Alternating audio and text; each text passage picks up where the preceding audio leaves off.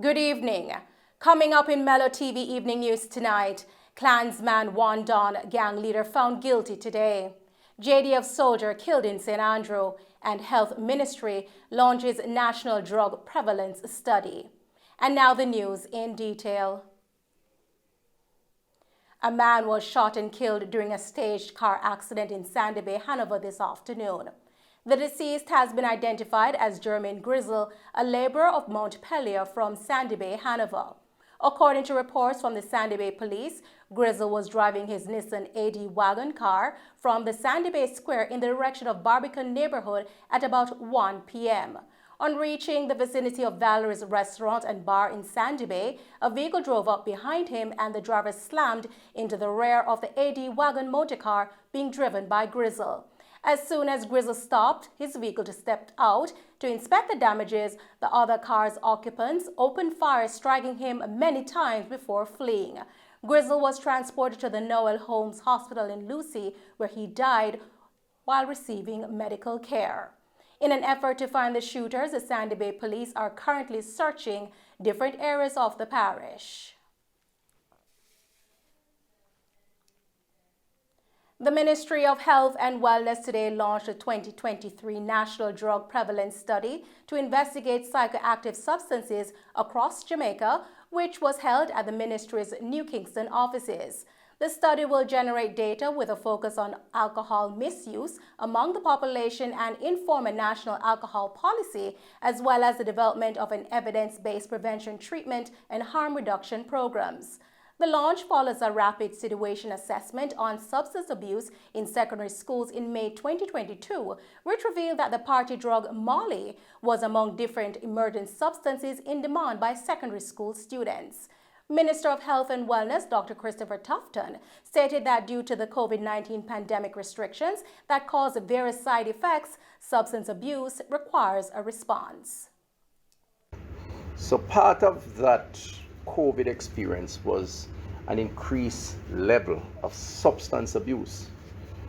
And while today is a focus on alcohol as a substance that is oftentimes abused to the detriment of those who consume it, and of course to the wider society based on health-related costs, Everton outlined some of those issues. The fact is, generally speaking, the COVID pandemic, with all the responses of restrictions, isolation, loneliness, created side effects. And we've spoken about mental illness and mental health as a big side effect. We spoke about backlog of surgeries as a big side effect. Substance abuse has emerged based on the calls to our hotlines, based on who turns up in the hospital, based on who turns up in the accident and emergency rooms, based on our young people in the schools and their experimentation as they reorient themselves and perhaps have dysfunctional behavioral pattern gained from the isolation over 2 years. So you see the emergence of things like the Molly and the other types of substances that are illicit. It called for a response. The minister added that in 2016, the National Drug Prevalence Study found that 15% of Jamaican population aged 12 to 65 years was at medium to high risk for alcohol dependency. The harmful use makes it the 7th most important risk factor for mortality worldwide, responsible for 1.5% of the global burden of disease based on the Global Status Report on Alcohol and Health 2018. And in our case, the 2016 National Drug Prevalence Survey found that 15% of the Jamaican population aged 12 to 65 was at a medium to high risk of alcohol dependence. That's a fairly high number. And 7 of 10 reported that they had consumed alcohol sometime in their lifetime. 4 of 10 are current users, and there's a heavy proportion that lean towards male as opposed to female. As relates to young people, which is a big concern of ours, alcohol use and abuse in our school population, 13 to 15 years old, 80% reported drinking alcohol before age 14. So from an experimentation standpoint, that curiosity has been satisfied by a large proportion of our high schoolers.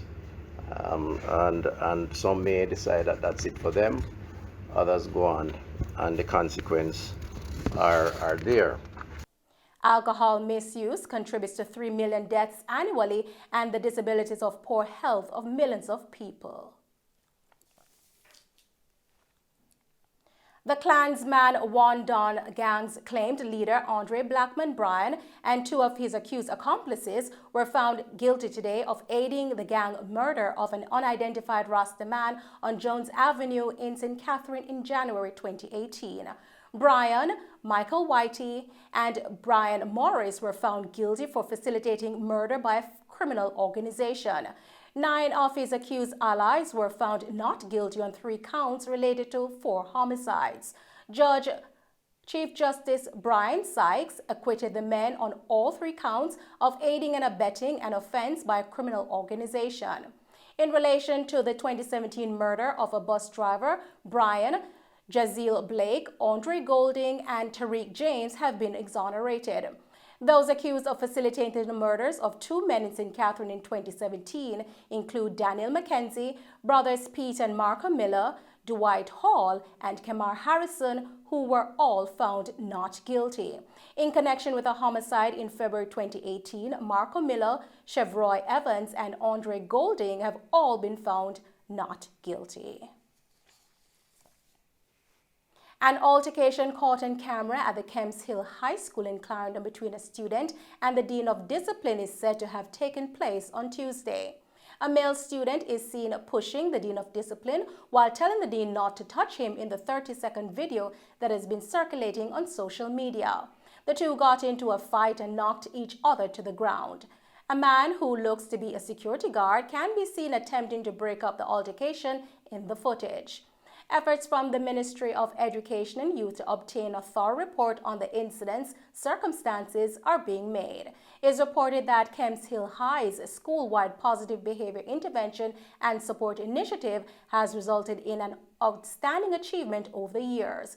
Teachers find these incidents constantly disturbing and added that schools ought to be secure places for all parties involved. The school's board is scheduled to meet on Friday. The Jamaica Defense Force, the JDF, is reporting this evening that it is aware of news reports surrounding the fatal shooting of a service member at the Pepin in St. Andrew yesterday. The police was shot and killed around 11 p.m. last night. The soldier was allegedly operating a taxi, during which it is reported that a passenger requested he take a turnoff and was shot in the back of the head while driving. The JDF is working closely with the Jamaica Constabulary Force as investigations into the matter are ongoing. The JDF is encouraging persons to call the JDF's tip line at 876-837-8888 with any information pertaining to this incident. The Manchester Health Department is urging the public to be cautious in the preparation and consumption of ackee to avoid poisoning. 5 cases of ackee poisoning have been reported in the parish in the past 2 weeks. Medical Officer of Health for Manchester, Dr. Nadine Williams, explained that only fit and well-opened ackees are to be used, as ackee should be allowed to open naturally and fully on the tree before it is picked and eaten. Improperly prepared ackee can lead to a high level of hypoglycemic toxin, so the seed and the pink and red membrane should be removed, the ackee washed, and then boiled by itself, after which the water must be discarded.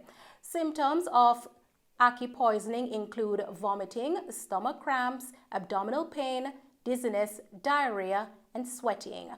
Persons who suspect that they might have been poisoned by ackees are urged to seek medical attention immediately and to have a sweet drink on the way to the hospital.